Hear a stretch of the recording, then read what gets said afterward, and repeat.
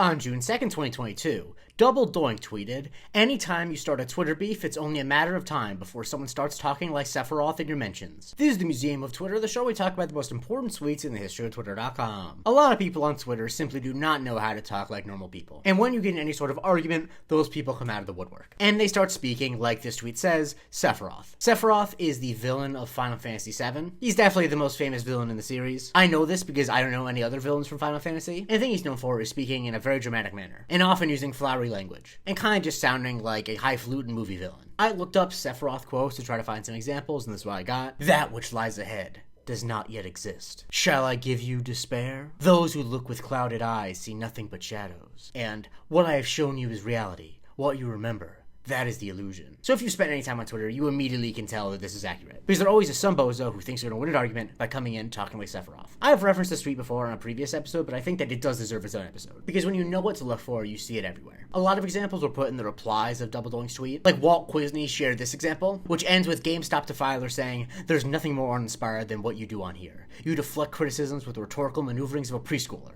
Your strategy of trolling charges accomplished nothing. I live and die by my post. What the have you ever done?" Sounds very Sephiroth-y to me. Hella Girth shared this example, which ends with Eiley Cross saying, "The fact I don't like children matters not in regards to my stance on indoctrination or the like." Darren Young got this tweet as a response when he said, "No, you haven't read what she said. You've just been told what to think, and being weak, didn't dare look beyond. Your mob is no protection against your cowardice, and you will have to grow up." And in the quotes, someone even posted a screenshot of a tweet from Grimes, where Grimes says, "I see a society crumbling under the weight of human imperfection, because people can't handle that we all fuck up.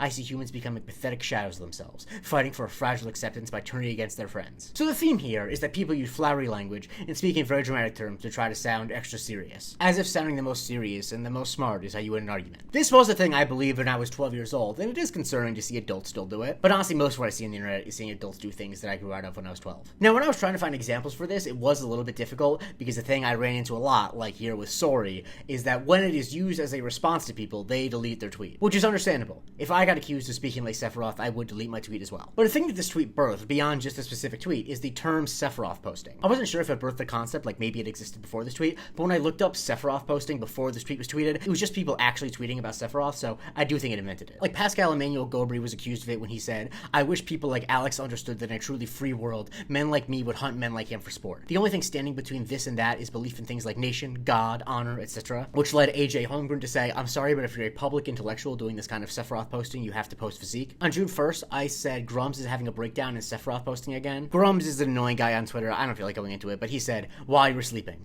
confident the culture wars were in the bag, Kabrutus avenged, and gaming healing. A revenge tour of cancellation and deplatforming is sweeping the YouTubers that help win many of the battles for gamers. Starting mid-May, every key voice against the woke virus has been systematically targeted, demonetized, or eliminated. They are just getting started, and it's time to notice the pattern." I think Sephiroth posting is a really perfect term because, one, oftentimes the people who do it are people who know who Sephiroth is. And two, I think it is just a really good insult to be like, are you really talking like a video game villain? Especially when it's on topics like this, like the woke mind virus in video gaming. Like, at least Final Fantasy VII actually has like life and death stakes. And it is often noted when public figures are posting like Sephiroth. Like when Eve Barlow went on a Sephiroth-esque rant in November of 2023, Roy Jamel Biv said, "Uh-oh, Eve Fartlow is posting like Sephiroth again." When the Spectator Index tweeted, "Just in, Donald Trump says, only the weak will fail." Cameron Corduroy said, "Can any historians tell me if it's a good sign when your president is Sephiroth posting?" And at the beginning of this month when Joe Weisenthal said, "The pillars of the old temple are cracking, and no gods remain to hold them up," Jason P. said, "Is it good when your economic analysts are talking like Sephiroth?" I will admit, for fairness sake, that it is not always right-wing chuds who post like Sephiroth. In fact, in this exchange, I agree more generally with the person posting like Sephiroth than the other person, but that doesn't mean that the person is not posting like Sephiroth. The hype went on the classic rant about, contrary to what people on Twitter will tell you, watching 1960s Latvian art house films or whatever doesn't make you a better, smarter, or more interesting person, ...